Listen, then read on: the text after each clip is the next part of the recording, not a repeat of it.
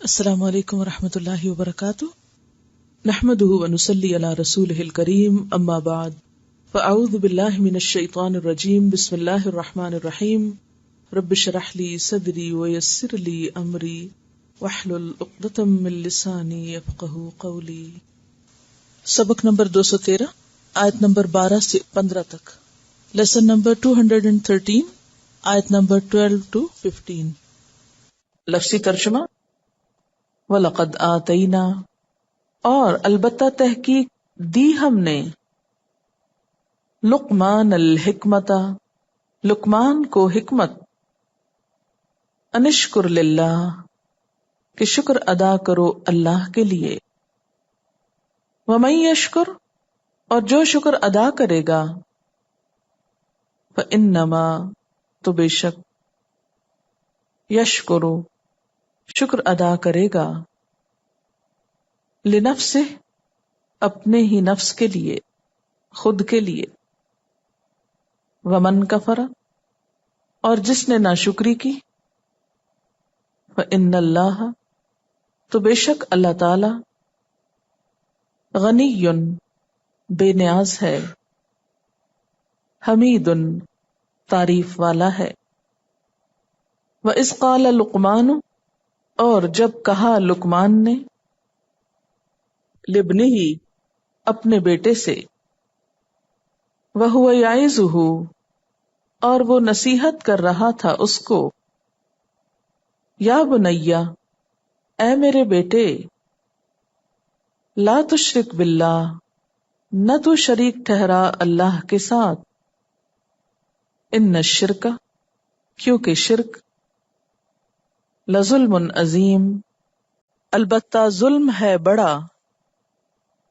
ووصینا الانسان، اور تاکید کی ہم نے انسان کو، بوالدیہ، اپنے والدین کے ساتھ، بریکٹ میں لکھیے احسان کرنے کی، حملتہ امہ، اٹھایا اس کو اس کی ماں نے، وہنن، کمزوری کے ساتھ، علی وہن، اوپر کمزوری کے، وفصالہ، اور دودھ چھڑانا اس کا، فی عامین، 2 سال میں ہوا، ان اشکر لی، کہ شکر ادا کرو میرے لیے، ولوالدیک، اور اپنے والدین کے لیے، الی المصیر، میری طرف لوٹنا ہے، وَإِن جَاهَدَاكَ، اور اگر وہ دونوں کوشش کریں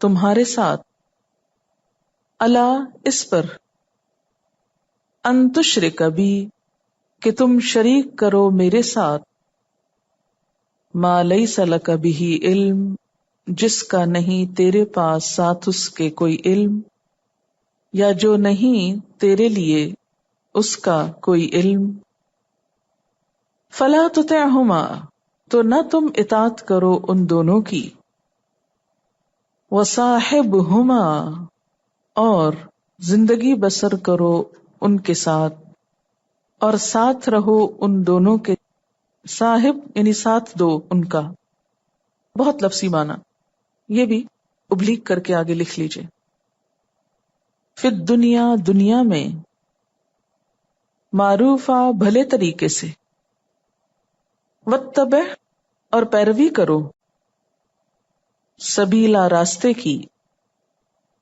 من، جو، اناب الیہ، رجوع کرے میری طرف، ثم، پھر، الیہ، میری طرف، مرجعکم، لوٹنا ہے تمہارا، فانبئکم، پھر میں بتاؤں گا تم کو، بما کنتم، ساتھ اس کے جو تھے تم، تعملون، تم عمل کرتے۔ وَلَقَدْ آتَيْنَا لُقْمَانَ الْحِكْمَةَ، اور البتہ تحقیق دی ہم نے لقمان کو حکمت۔ لقمان عربوں کے ہاں صاحب حکمت ہونے کے اعتبار سے بہت مشہور شخصیت تھی، اور ان کو لقمان حکیم بھی اسی مناسبت سے کہا جاتا ہے۔ یعنی صاحب حکمت. ان کی یہ حکمت دراصل خدا داد تھی، اللہ کی طرف سے دی ہوئی تھی. یہاں فرمایا وَلَقَدْ، اور البتہ تحقیق. دو طرح کی تاکید ہے، لام بھی اور قد بھی. وَلَقَدْ آتَيْنَا یعنی ہم نے عطا کی تھی. یہ بھی کہا جاتا ہے کہ لقمان سے کسی نے پوچھا کہ تمہیں حکمت اور فہم و شعور کیسے حاصل ہوا، تو کہنے لگے کہ راست بازی یعنی سچائی اور امانت کے اختیار کرنے سے. تو اس سے پتہ چلتا ہے کہ انسان جتنا بھی سچا ہوتا ہے اور جتنا اللہ کے سامنے اپنے معاملات کو درست رکھتا ہے، اللہ سے ڈر رکھتا ہے، اتنی ہی اس کے اندر سمجھداری اور حکمت آتی جاتی ہے. کیونکہ رأس الحکمتی مخافت اللہ، حکمت کی بنیاد اور اصل اللہ کا خوف ہے. جس کے اندر اللہ کا خوف نہیں، اللہ کی عظمت کا احساس نہیں، اس میں کوئی سمجھداری نہیں. پھر لقمان نے یہ بھی کہا کہ بے فائدہ باتوں کے اجتناب سے اور خاموشی کی وجہ سے، کیونکہ انسان کو اللہ نے جو بھی طاقتیں اور صلاحیتیں دی ہیں محدود ہیں. اگر انسان اپنی طاقتوں کو غلط راستے پر لگاتا ہے تو اچھے کاموں کے لیے وقت کم بچے گا. اگر انسان کی دلچسپی لغو اور بیکار باتوں میں ہوگی تو پھر کام کی باتوں کے لیے موقع نہ رہے گا، تو وہ خود کو بے فائدہ باتوں سے بچاتے. کہا جاتا ہے کہ غلام تھے تو ان کے آقا نے ان کو بکری ذبح کر کے اس کے بہترین حصے لانے کو کہا، تو وہ زبان اور دل نکال کر لائے. اس نے پھر کہا کہ اچھا بدترین حصے لے کر آؤ، تو دوبارہ بھی یہی لائے کہ زبان اور دل، کہ یہ دو نعمتیں ایسی ہیں کہ اگر ان کو صحیح طور پر استعمال کیا جائے تو بہت ہی اچھے، اور اگر یہ دو بگڑ جائیں تو سب کچھ بگڑ جاتا ہے. بہرحال ان سے حکمت کی بہت سی باتیں منسوب ہیں. قرآن یہ کہتا ہے کہ یہ حکمت ہم نے لقمان کو دی تھی، اور حکمت کا لفظ بھی بہت جامع لفظ ہے. امام راضی کہتے ہیں کہ علم کے مطابق عمل کرنے کی توفیق کا نام حکمت ہے. ابن عباس کہتے ہیں کہ حکمت نام ہے عقل اور فہم و فراست کا. حکمت کیا ہے؟ عقل یعنی عقل مندی، اور فہم و فراست یعنی بات کو سمجھنے کی صلاحیت. قرآن پاک میں حکمت کی تعریف بھی کی گئی ہے، وَمَن يُؤْتَ الْحِكْمَةَ فَقَدْ أُوتِيَ خَيْرًا كَثِيرًا. گویا حکمت کو اللہ تعالیٰ نے خیر کثیر فرمایا ہے کہ یہ خیر کثیر ہے. تو ہم نے لقمان کو حکمت عطا کی، اور اس حکمت کا تقاضا کیا تھا، یا اس حکمت کا پہلا سبق انشکر للہ، کہ شکر گزار ہو جاؤ اللہ کے لیے. تو گویا کسی انسان کے صاحب حکمت ہونے کا اندازہ کس سے لگایا جا سکتا ہے کہ وہ اللہ کی نعمتوں پر کتنا شکر گزار ہے. ہر چیز اپنی ضد سے پہچانی جاتی ہے، جیسے روشنی اندھیرے سے، دن رات سے. تو اسی طرح کوئی شخص کتنا شکر گزار ہے، اس کا پتہ کہاں سے چلے گا کہ وہ کتنی مثبت سوچ رکھتا ہے اور کتنا پر امید رہتا ہے، یا جو کچھ اسے ملا ہے اس پر اس کی نظر کتنی ہے اس کے مقابل کے جو اس کو نہیں ملا. اگر آپ اپنے اندر دیکھنا چاہیں تو یہ دیکھیں کہ آپ کی عام گفتگو کیا ہوتی، آپ کی عام سوچ کیا ہوتی. کیا آپ اللہ کی طرف سے ملنے والی نعمتوں کا چرچا زیادہ کرتے ہیں، جو کچھ پایا ہے اس کا ذکر زیادہ کرتے ہیں، یا جو نہیں ہے اس کا ذکر زیادہ کرتے ہیں؟ دل میں، دماغ میں کیا خیالات رہتے ہیں، کیا سوچتے رہتے ہیں؟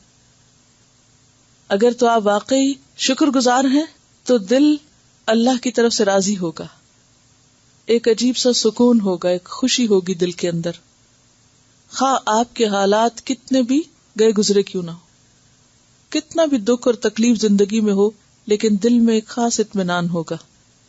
کیونکہ اس انسان کا ذہن یہ سوچنے کے بجائے کہ کیا چلا گیا، یہ سوچے گا کہ کیا باقی ہے، کیا کچھ ملا ہوا ہے. اور یہی اصل عقل مندی ہے کہ انسان ملنے والی چیزوں پہ نظر رکھے، اور جو نہیں ملا یا جو چلا گیا یا جا رہا ہے اس پر نالاں نہ ہو، ناراض نہ ہو، اور اس پر پریشان نہ رہے. تو جو شخص شکر ادا کرتا ہے وہی دراصل صاحب حکمت ہے، سمجھدار ہے، کہ اسے احساس ہے پانے کا. گریٹیٹیوڈ کس کو کہتے ہیں؟ یافت کا احساس، پانے کا احساس، نعمت کے موجود ہونے کا احساس، کچھ اچیو کرنے کا احساس، اور اس کے بعد جو دل کی کیفیت ہو. جو شخص ہر وقت احساس محرومی کا شکار رہتا ہے اور جو اس کو نہیں ملا اسی کے بارے میں سوچتا رہتا ہے، تو وہ دراصل اپنے آپ کو نقصان دیتا ہے. وہ اس کو انجوائے نہیں کر سکتا جو کچھ اس کو ملا ہوا ہے، کیونکہ اللہ تعالیٰ بہت صاحب انصاف ہے. اگر اس نے کسی کو ایک چیز نہیں دی تو اس کے بدلے دوسری بہت دی ہوتی. مثلاً عام طور پر جو لوگ دیکھ نہیں سکتے تو ان کے دیگر سینسز بہت تیز کام کرتے ہیں. اسی طرح اگر کسی کے پاس کوئی ایک چیز نہیں تو اس کے بدلے بہت سی فراغت ہو سکتی. مثلا اگر کسی کے پاس جاب نہیں، بہت پریشانی کی بات ہے، لیکن اس کے پاس بہت سی فراغت بھی ہے، بہت سے جھنجٹ سے وہ بچا ہوا بھی ہے جو کسی کاروبار یا کام ہونے کی صورت میں اس کے ساتھ ہوتے. اب وہ اس فراغت کو ذہنی یا عملی کسی اور بہترین تعمیری کام میں لگا سکتا ہے، اپنے آپ کو کسی رضاکارانہ کام میں مشغول کر سکتا ہے، بندوں کی خدمت کے کسی کام میں لگا سکتا ہے، بنسبت اس کے کہ انسان روئے دھوئے اور صرف شکوہ ہی کرتا رہے.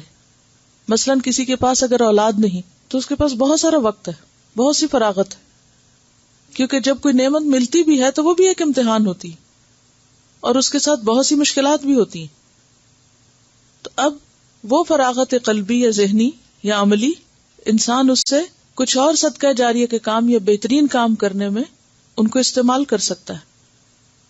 بہت سے لوگ زندگی کی چھوٹی چھوٹی نعمتوں کے یا جو دوسروں کے پاس ہوتا ہے وہ نہ ملنے پر غمگین اور پریشان رہتے ہیں اور اپنی صلاحیتوں کو اور اپنے آپ کو زنگ لگاتے رہتے ہیں یا پھر اپنے آپ کو کھوکھلا کرتے رہتے ہیں جلنے اور کڑنے میں، جل کڑ کر.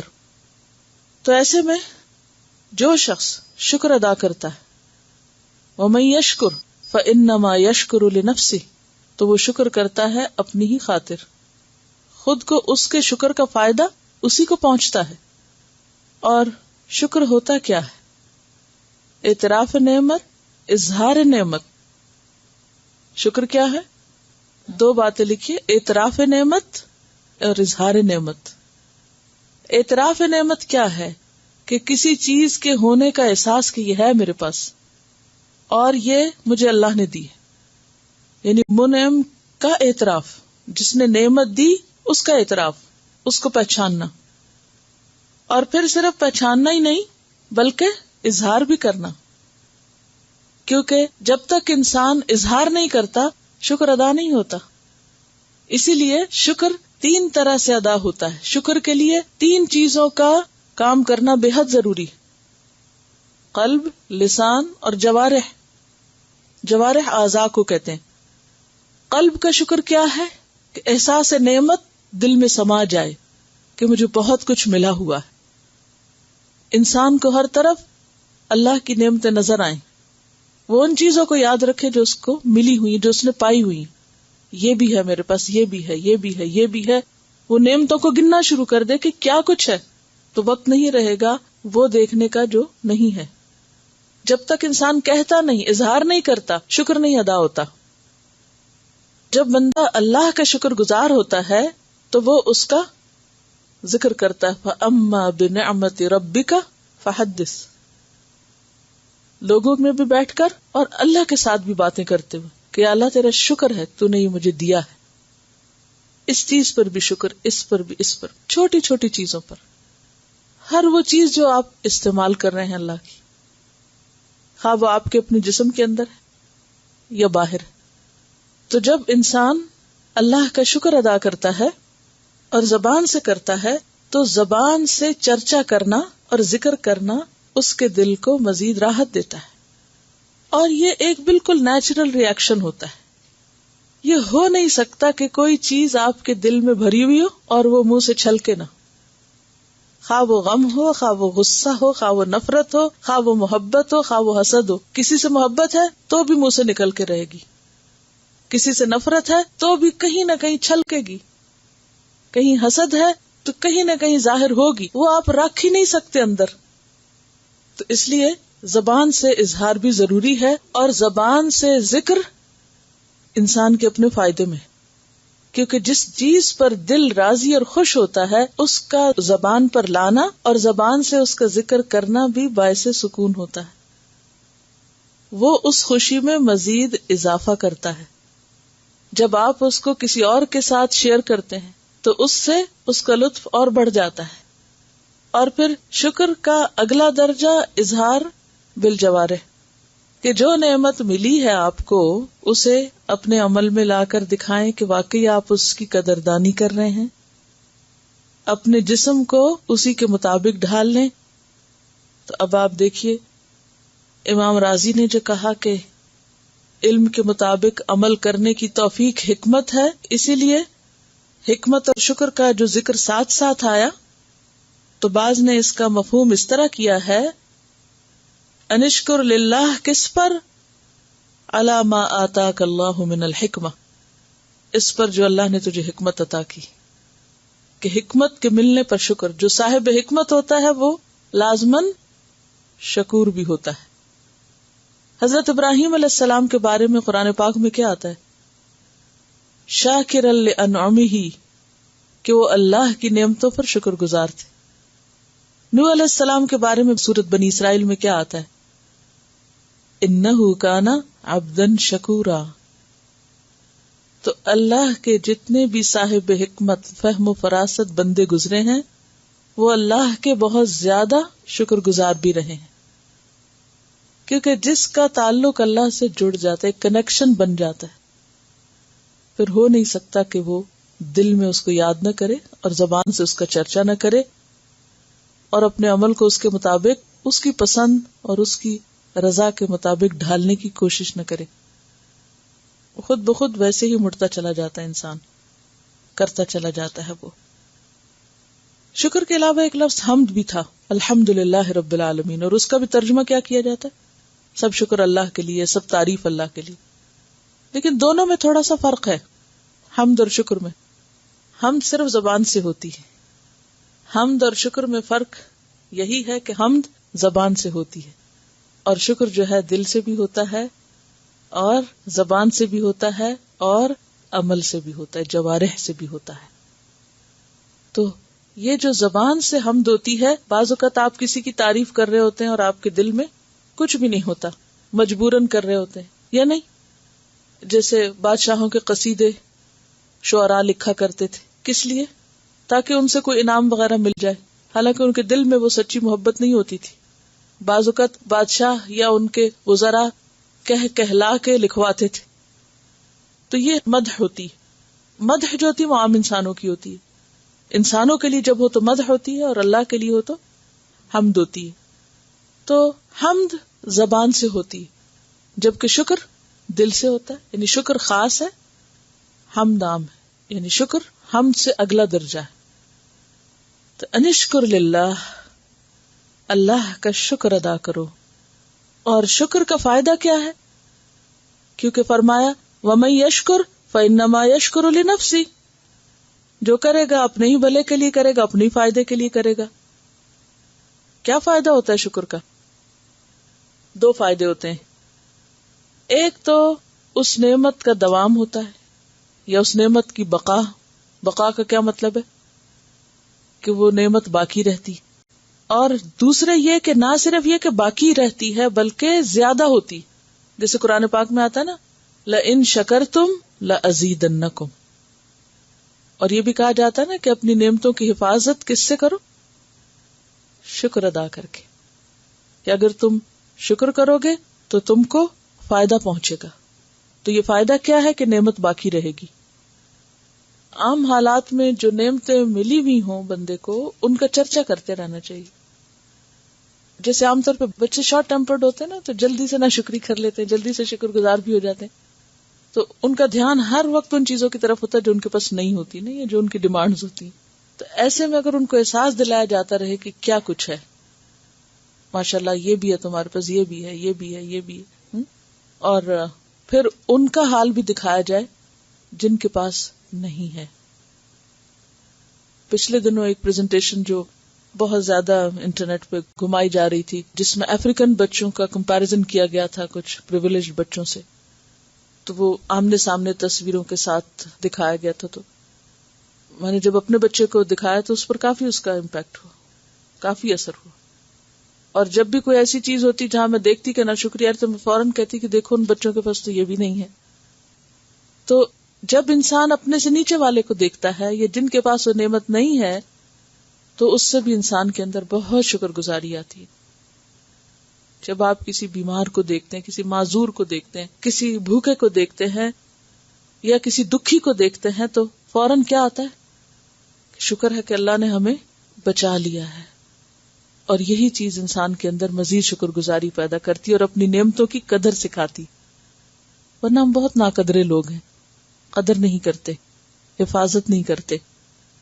اور حفاظت کا گر کیا ہے کہ شکر ادا کرتے رہو. کسی کا قول ہے، بڑا خوبصورت قول ہے، ذرا عربی میں ہے، ترجمہ کر دیتی ہوں مگر انجوائے کریں گے آپ. الشکر قید للموجود، شکر کیا ہے؟ قید کرنا ہے اس کو جو موجود ہے، یعنی اس کو اپنے پاس ہی رکھنا ہے. وصید للمفقود، اور جو مفقود ہے نہیں ہے اس کا شکار کرنا ہے، یعنی اس کو آپ تلاش کر لیتے ہیں. وموجب تقرب الی المعبود، اور معبود یعنی اللہ تعالی کے تقرب کا ذریعہ ہے. وثواب فی دار الخلود، اور ہمیشہ کے گھر میں ثواب کا ذریعہ ہے.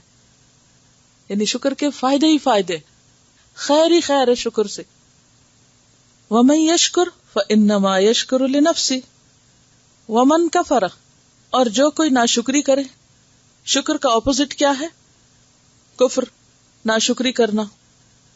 فإن اللہ غنی حمید، تو بے شک اللہ تعالی بے نیاز ہے، تعریف والا ہے. اللہ تعالیٰ کو کسی کے شکر کی ضرورت نہیں، وہ اس کے بغیر بھی ہر نعمت اور ہر خیر کا مالک اور قابل تعریف ہے. حمید بمانا محمود، محمود کے بجائے حمید کا لفظ کیوں استعمال کیا گیا؟ دیکھیں نا، حمید کا معنی بھی جس کی تعریف کی گئی اور محمود کا بھی. محمود جو ہے مفعول کے وزن پر ہے، جب کوئی کرے تو اس کی ہو، اور حمید جو ہے وہ آپ سے آپ تعریف والا ہے، کوئی کرے یا نہ کرے اس کی تعریف ہر دم ہے. اللہ ہی کے لیے ہے تعریف، آسمانوں میں بھی اور زمینوں میں بھی. کوئی انسان نہ بھی کرے تو بھی اس کو اس کی ضرورت نہیں، اس کی تعریف تو ہر دم خود بخود ہو ہی رہی. ہر چیز اپنے وجود کے ساتھ اس کی تعریف کر رہی. لیکن بندوں کے لیے اللہ نے کیوں پسند کیا کہ وہ شکر گزار ہوں؟ بندوں کے لیے شکر گزاری کیوں پسند کی؟ یا بندوں کے لیے شکر کو کیوں واجب کیا؟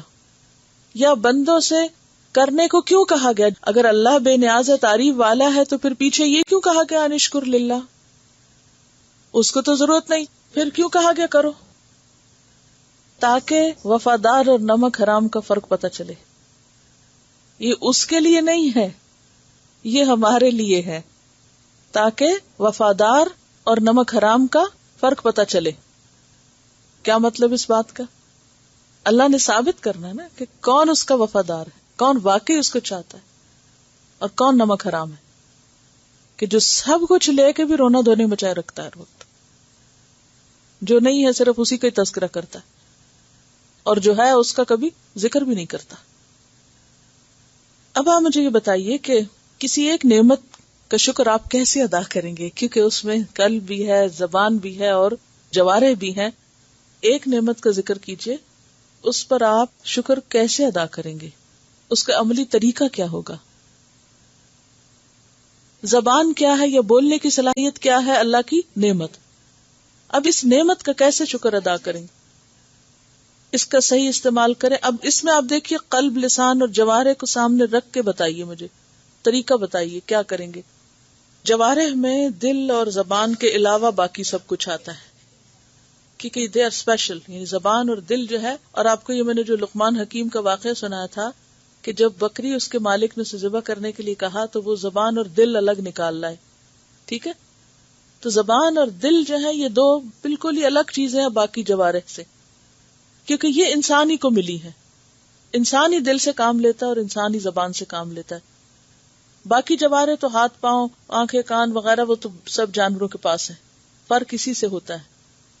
جیسے قرآن ایک نعمت ہے ہمارے پاس، اللہ کی نعمتوں میں سے بہت بڑی نعمت. اب اس کا دل سے شکر کیسے ادا کریں گے؟ یاد کریں، اس کو سمجھیں. دل کس کے لیے ہوتا ہے؟ افلا یتدبرون القرآن ام علی قلوب اقفالها. تو نعمت قرآن کا دل سے شکر کیا ہے کہ دل کے اندر اس کو لکھیں، اس پر غور و فکر فرمائیں، اس کو چاہے حفظ کر کے رکھیں، چاہے ترجمہ یاد کر کے اس کا وہاں رکھیں، چاہے آپ اس میں غور و فکر کریں، کچھ کریں، مگر دل کو انوالو کریں اس میں. یہ ہے دل سے شکر. ٹھیک ہے، یا دل میں اس کا احساس، قدر کہ یہ ہمیں ملا ہے. زبان سے کیا ہے؟ پڑھیں اور رتل القرآن ترتیلا، اور اس کو کیا کریں؟ شیئر کریں آگے، اور اس پر عمل کریں. یہ بالجوارح ہوگا، جو کہتا ہے وہ کریں. نماز کا ہے تو نماز، رزق کے بارے میں تو رزق کے متعلق جو کہتا کرتے جائیں، جیسے جیسے موڑتا ہے ویسے ویسے مڑتے جائیں. یہ ہے دراصل اس نعمت قرآن پر شکر گزار ہونا. اگر ہم واقعی شکر گزار ہیں تو یہ ہو نہیں سکتا کہ ہم اس کا ذکر اور چرچا کسی اور کے ساتھ نہ کریں. یہی باتیں سوجیں گی پھر ہر وقت. آپ کو کہتے ہیں نا اللہ کا اتنا ذکر کرو کہ لوگ کہیں دیوانہ ہے. اچھے خوبصورت طریقے سے کہیں کہ لوگ اس کو، یعنی آپ کی شکل دیکھتے جائیں اور کہتے جائیں قرآن والا آ گیا ہے.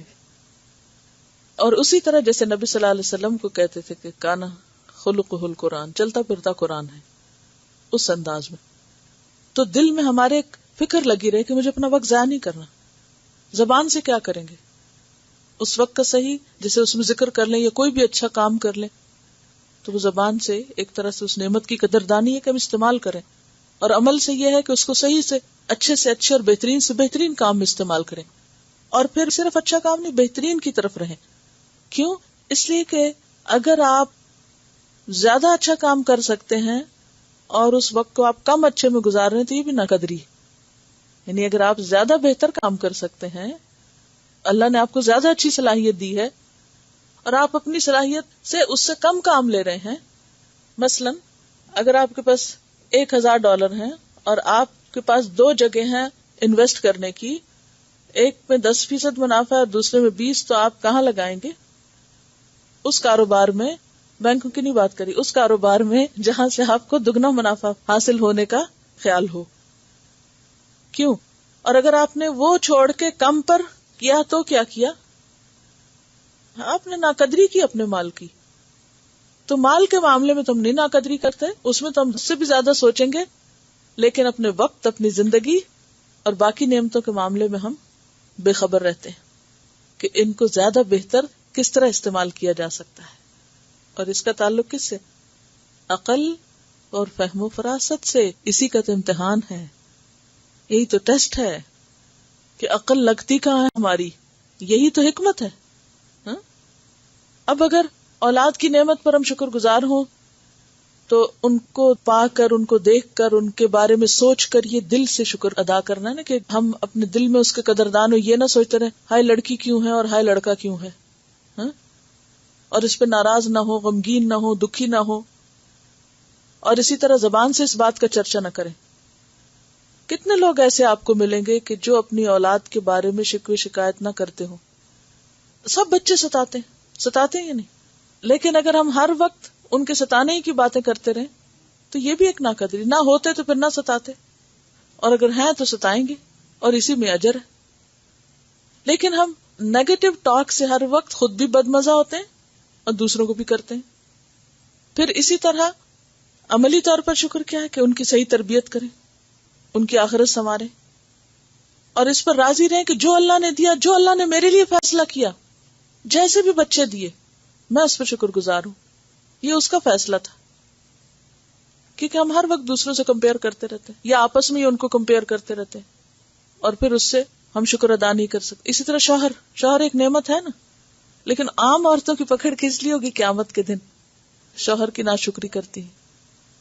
تو شوہر کی شکر گزاری کیا ہے؟ کہ اس کی تعریف والی باتیں تو دوسروں سے کی جائیں، لیکن اس کی شکایتیں نہ کی جائیں. اسی طرح اللہ کے سامنے بھی شکر گزاری، یعنی کتنی خواتین ایسی ہیں کہ جن کی یا تو شادی نہیں ہوئی، یا پھر یہ کہ شادی ہوئی اور شوہر نہیں ہے، یا یہ کہ برے حال میں ہے. کیونکہ انسان ہے نا، ہر انسان کمزور ہے، کسی کی کوئی ہو سکتی، کسی کی کوئی کمزوری ہو سکتی. لیکن آپ صلی اللہ علیہ وسلم نے کیا فرمایا کہ کوئی بھی عورت شوہر سے بے نیاز نہیں ہو سکتی کہ کہے کہ مجھے تو ضرورت ہی نہیں، میں تو ویسے ہی خوش ہوں. زیادہ دن نہیں خوش رہ سکتی. یعنی کہ ایک ضرورت ہے انسان کی، لیکن بعض اوقات غصے میں آ کر کیسی کیسی باتیں کر جاتے ہیں اور کیسے کیسے بددعائیں بھی کر جاتے ہیں اور کیسے کیسے باتیں منہ سے نکال جاتے ہیں. کوئی نہیں سوچتے کہ اپنے آپ ہی کو نقصان دے رہے ہیں. یہ تو ہو نہیں سکتا کہ پھول کے ساتھ کانٹے نہ ہو سکتا؟ آپ اپنے گارڈن میں روزز نہ لگائیں یہ سوچ کے کہ کانٹے اگیں گے ساتھ، تو بہتر نہ لگائیں. کوئی یہ سوچ کے رکتا ہے؟ نہیں. کیوں؟ اس لیے کہ کانٹے بےچارے تو چھپے ہوئے ہوتے نیچے، کھلی ہوئی اور خوبصورت چیز سامنے ہوتی. تو جس کی نظر پھولوں کی خوبصورتی پہ ہو وہ کانٹوں کے دکھ کو چھپا دیتا ہے، اس کا تذکرہ نہیں کرتا. تو اس سے کیا ہوتا ہے؟ ان پھولوں کو انجوائے کر سکتا ہے. اور اگر آپ کی نگاہیں اوپر کے سارے منظر کو بھول کے وہ نیچے کے کانٹے دیکھنے پہ لگی ہوئی ہیں تو پھر آپ پھولوں کے حسن کو انجوائے نہیں کر سکتے. تو اصل شکر گزاری کیا ہے کہ ہر نعمت کا احسن پہلو سامنے رکھ کر اس پر اللہ کے ساتھ راضی ہونے کی بات کی جائے. یا اللہ میں راضی ہوں اس پر جو تو نے میرے حق میں فیصلہ کیا، جو بھی تو نے مجھے دیا. رب انی لما انزلت الی من خیر فقیر. چھوٹی خیر ہو بڑی ہو میں ہر ایک پہ راضی ہوں، میں ہر ایک چیز کا محتاج ہوں. کیونکہ ہم زیادہ کے اور کمپلیٹ اور مکمل کے چکر میں تھوڑی سے بھی فائدہ نہیں اٹھاتے. وَمَن يَشْكُرْ فَإِنَّمَا يَشْكُرُ لِنَفْسِهِ. جو شکر کرے گا وہ اپنے ہی فائدے کے لیے کرے گا. جیسے سورۃ فصلت آیت 46 میں آتا ہے من عمل صالحا فلنفسه ومن اساء فعليها. الروم 44 میں آتا ہے ومن عمل صالحا فلانفسهم يمهدون. تو اچھا کرنے والا دراصل اپنی ذات کے لیے اچھا کرتا ہے، کیونکہ ساری نعمتوں کی بنیاد ہی قرآن ہے. کیونکہ قرآن ہی وہ شعور دیتا ہے کہ جس سے انسان شکر گزار بنتا ہے. اور سب سے پہلا سبق قرآن کا کیا ہے؟ الحمدللہ رب العالمین. پہلا سبق ہی شکر کا ہے کہ سب تعریف اللہ کے لیے ہے. آپ اپنے لیے ایک ہوم ورک لکھیے تاکہ پتہ چلے کہ آپ شکر گزار ہیں. 5 چیزیں ایسی لکھنی ہیں آپ کو جن پہ آپ واقعی شکر گزار ہیں. مثلاً آج صبح سے لے کے اب تک کس کس بات پہ شکر کیا آپ نے، یعنی جس پر ہم نے آج واقعی شکر کیا ہو. وہ ایک تو ہے نا کہ ہم لے کے لسٹ بیٹھ جائیں، اچھا یہ 2-4 باتیں لکھ دو، ہوم ورک ملا ہوا ہے، اچھا ہاتھوں کا لکھ دو، پاؤں کا لکھ دو، فلانا فلانا. یہ نہیں، وہ لکھنا ہے جس کو ہم نے دل سے محسوس کیا، جس پہ ہم بولے اور جس کو پھر ہم نے اس کسی اچھے کام میں بھی لگایا. ہے تو واقعی مشکل، لیکن اگر آپ کوشش کریں گے تو ہو بھی جائے گا. شاید اس بہانے آپ کو عادت پڑ جائے. اپنے آپ سے پوچھے نا کہ آج کے دن میں نے کتنی نعمتوں پہ واقعی شکر کیا. آپ یقین کریں کہ ہم بہت کم شکر کرتے ہیں. اسی لیے اللہ تعالیٰ فرماتے ہیں وَقَلِيلٌ مِّنْ عِبَادِيَ الشَّكُورُ. میرے بندوں میں بہت تھوڑے ہیں جو شکر کرتے ہیں، بہت تھوڑے. ہمارا تو رونا دھونے نہیں ختم ہوتا. ہر وقت کسی نہ کسی ناراضگی، ہر وقت کوئی نہ کوئی چیز ہمیں بادر کری، ہر وقت ہم منہ سے کوئی نہ کوئی کوسنے نکال رہے ہوتے ہیں. یہ کیا ہو گیا، وہ کیا ہو گیا. کبھی ہم یہ دیکھیں نا کہ ہم کتنے نیگیٹو لفظ اپنی زبان میں استعمال کرتے ہیں. یہ بتا رہی ہے کہ ان کی 2 سال پہلے ملاقات ہوئی فلوریڈا میں ایک خاتون سے جو 2 سال کی عمر میں اپنی سماعت اور اپنی گویائی کی قوت یعنی بولنے اور سننے سے محروم ہو گئی 2 سال کی عمر میں. اور اب ان کے 10 بچے ہیں اور کسی کی آواز انہوں نے سنی نہیں، کبھی کوئی بات نہیں کی، اور چہرہ اتنا نورانی. ظاہر ہے کہ شکر گزار ہوگی تو کیونکہ شکر کا اثر آپ کے چہرے پر، آپ کے رکھ رکھاؤ پہ، آپ کی چال ڈھال، ہر چیز پر نظر آتا ہے پھر کیا واقعی شکر گزار ہے. اور جو شکر گزار نہ ہو اس کی بھی جلی کٹی حرکتیں جو ہیں وہ ضرور نمایاں ہوتی رہتی ہیں. تو آپ دیکھیے تھوڑی دیر اگر چپ کرنا پڑے نا، ہمیں بولنے کا موقع نہ ملے، تم کتنے تنگ ہونے لگتے ہیں. انسان کے کتنے غم، کتنی خوشیاں بول بول کے ان کا اظہار ہوتا رہتا ہے نا. ہم بولتے ہیں، کسی سے بات کرتے ہیں، کچھ پوچھتے ہیں، پھر وہ ہمیں بتاتے، تو سننے میں بھی ایک لطف ہے، بولنے میں بھی ایک لطف ہے اور ایک خوشی ہے. لیکن ہم نے کبھی آج تک ہی شاید اس نعمت کا شکر ادا کیا ہو. لیکن جب کسی ایسے شخص کو دیکھتے ہیں تو واقعی پھر شکر گزاری آتی ہے کہ اللہ نے ہمیں کچھ دیا ہے. جانوروں کو بھی آپ دیکھیں نا، میں کبھی سوچتی ہوں کہ یہ جیسے گائے بھینس کو کبھی میں دیکھوں تو دیکھتی رہتی ہوں اور میں سوچتی ہوں کہ بیچارے یہ کتنے کتنے کھڑے ہوتے ہیں نا اور چپ کر کے دیکھ رہے ہوتے ہیں اور کچھ بولتے نہیں، اور پتہ نہیں ان کے دل میں کوئی خوشی ہوتی ہوگی یا غم ہوتا ہوگا، یہ اس کا اظہار کیسے کرتے ہوں گے. سر نے اڑا کے بس کھڑے ہیں. بکری وغیرہ کو، کوئی جانور، کتے کو، کسی کو بھی دیکھیں زیادہ زیادہ کیا بولتا ہے، ایک ہی بات دہرائے جاتے ہیں. ہم کتنی رنگا رنگی کی باتیں کر رہے ہوتے ہیں اور سن رہے ہوتے ہیں. تو جو شخص واقعی شکر گزار ہوتا ہے پھر وہ ان چیزوں کا استعمال بھی ٹھیک کرتا ہے. شکر گزار ہونے کی علامت کیا ہے کہ ان چیزوں کا بہترین استعمال، پھر ہر حال میں شکر گزار. ابھی اسی صورت میں آپ پڑھیں گے کہ وَأَسْبَغَ عَلَيْكُمْ نِعَمَهُ ظَاهِرَةً وَبَاطِنَةً، کہ اللہ نے تم پر اپنی نعمتیں جو کچھ ایسی جو ظاہر نظر آتی ہیں اور کچھ وہ جو نظر بھی نہیں آتی، چھپی ہوئی ہیں، وہ تم پر عام کر دی ہیں، خوب خوب عطا کر رکھی.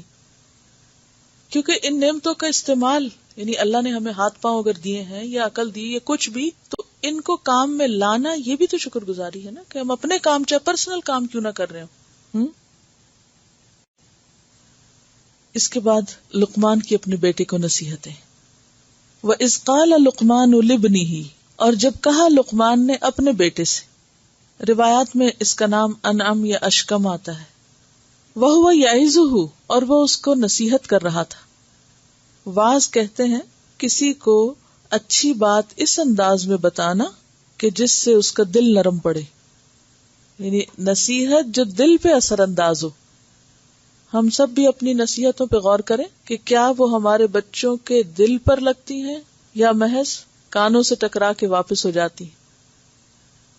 چونکہ لقمان سمجھدار انسان تھے تو ان کا ایک ایک جو ایکشن ہے یا انداز ہے گفتگو کا، یہ جو کانٹینٹ ہے سارا قابل غور اور قابل توجہ ہے. وَهُوَ يَعِظُهُ، وہ اس کو واعظ کر رہے تھے، نصیحت کر رہے تھے.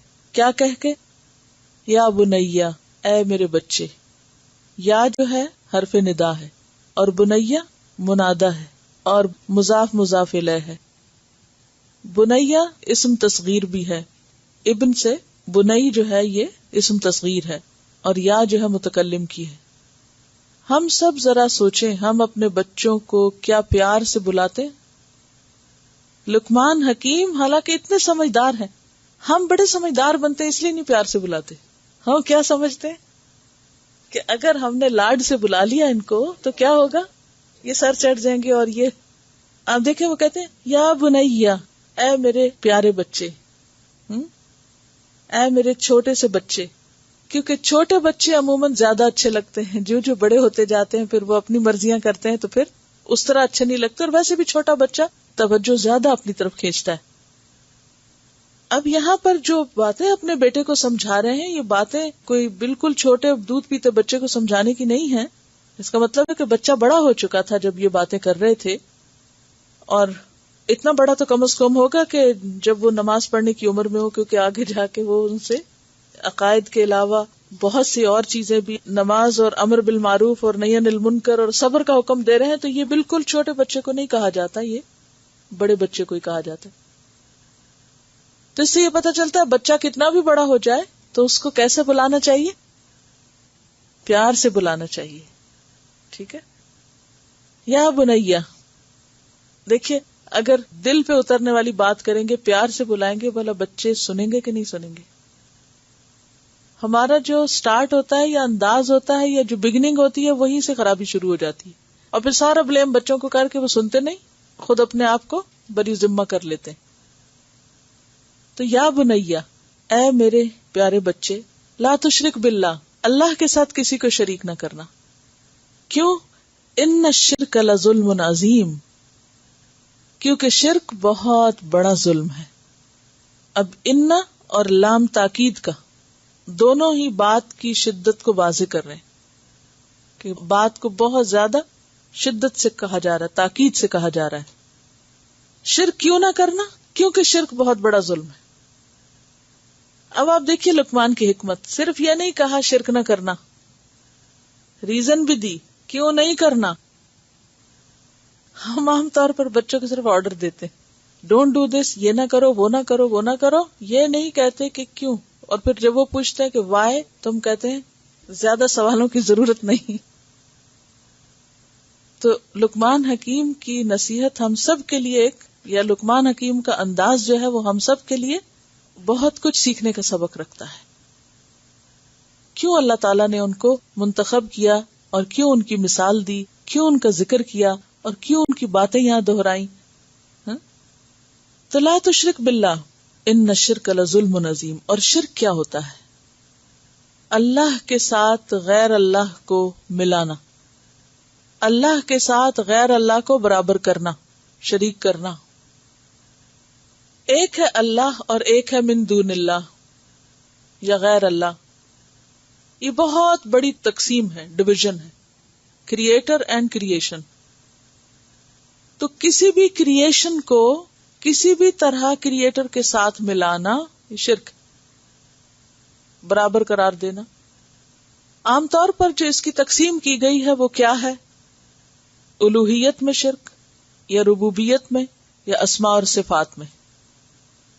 اللہ کی ربوبیت یعنی کہ وہ رب ہے، پالتا ہے، ہماری ساری ضروریات پوری کرتا ہے، اس کا اقرار اہل مکہ بھی کرتے تھے. اور جب ان سے پوچھا جاتا تھا امن خلق السماوات والارض، تو وہ کیا کہتے تھے؟ اللہ نے. لیکن پھر شرک کہاں کرتے تھے؟ الہ مع اللہ، الوہیت میں. الوہیت کیا ہوتا ہے؟ کسی کو الہ ماننا، یعنی معبود قرار دینا، عبادت میں کسی کو شریک کر لینا. اہل مکہ یہ مانتے تھے کہ خالق اللہ ہے، وہ یہ مانتے تھے کہ رزق وہ دے رہا ہے، بارش وہ اتار رہا ہے، سب کچھ کہتے تھے. لیکن جب اسی اللہ کو معبود ماننے کی بات ہوتی، الہ ماننے کی بات ہوتی، تو پھر اس میں بتوں کو شریک کر لیتے. اور کس چیز میں؟ اللہ کی عبادت میں. کیسے؟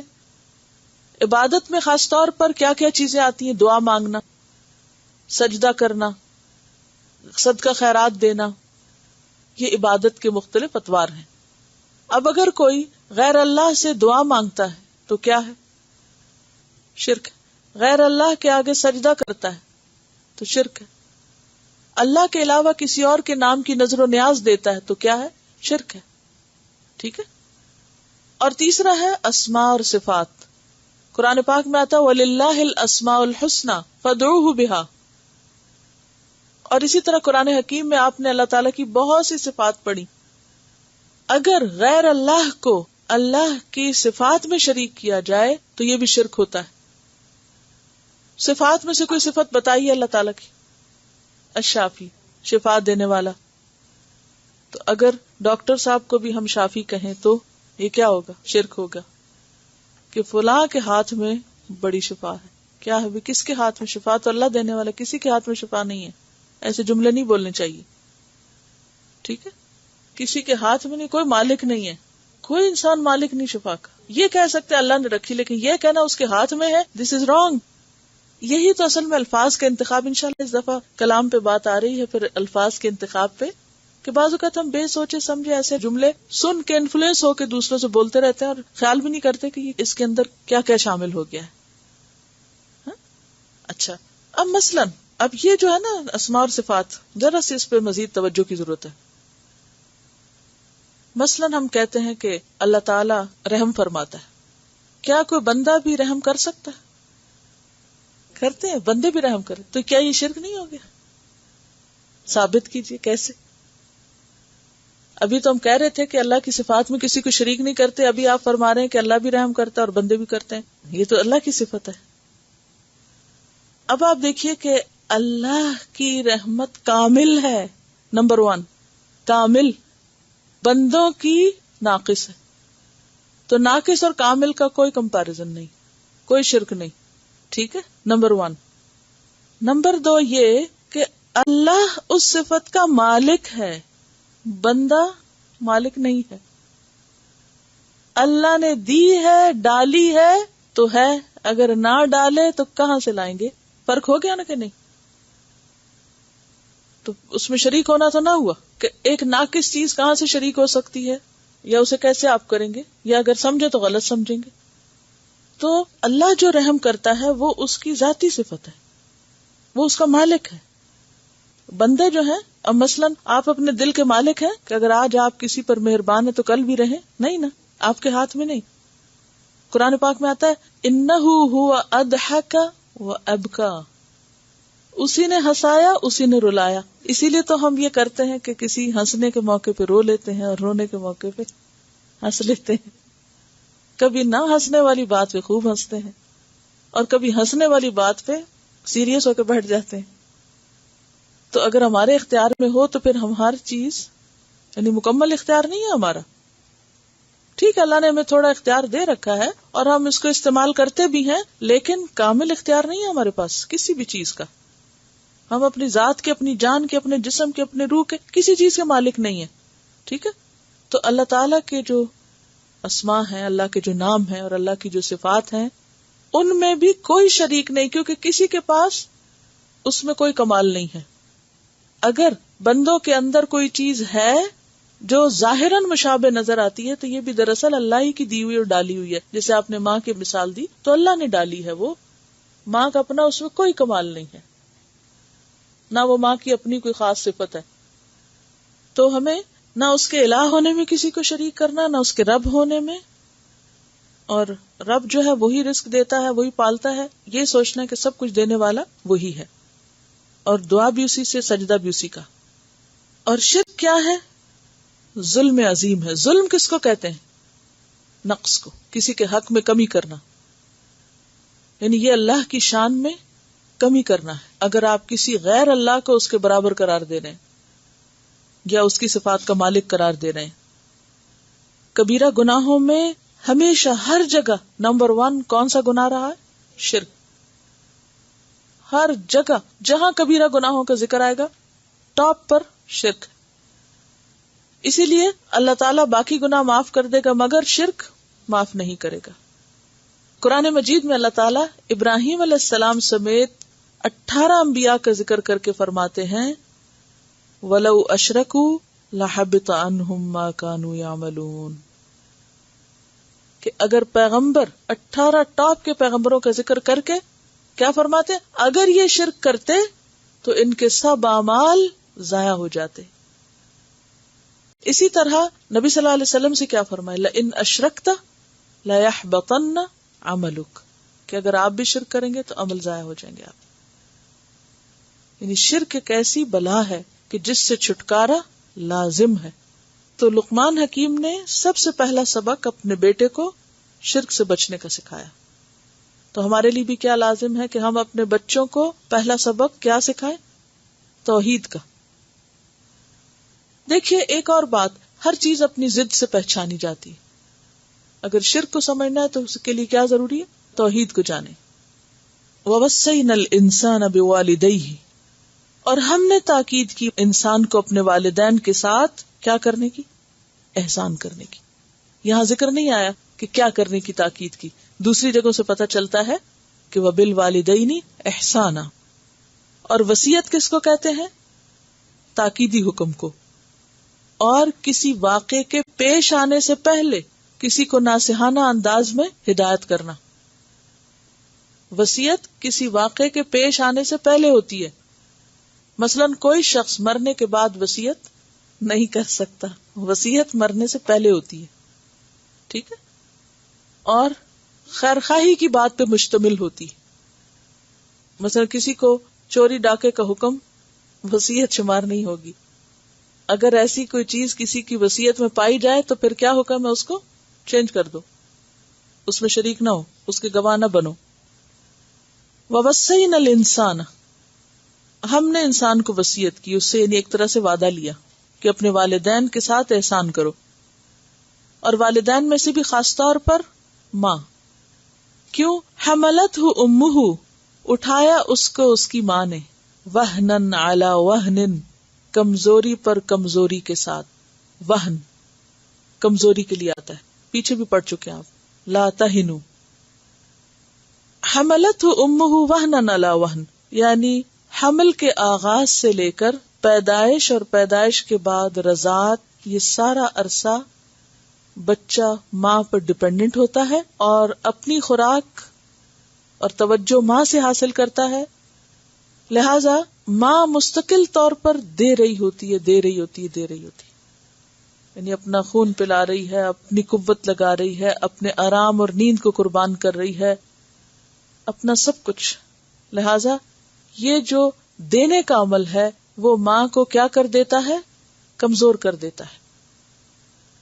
میری آپ سے ریکویسٹ ہے، اگر آپ میں سے کسی کے پاس استطاعت ہو اس ریسرچ کی تو ضرور کرے کہ پریگننسی کے اول دن سے لے کر دودھ چھڑانے تک ماں کو کس کس چیز کی کمی، کمزوری، ڈیفیشنسی ہو جاتی ہے.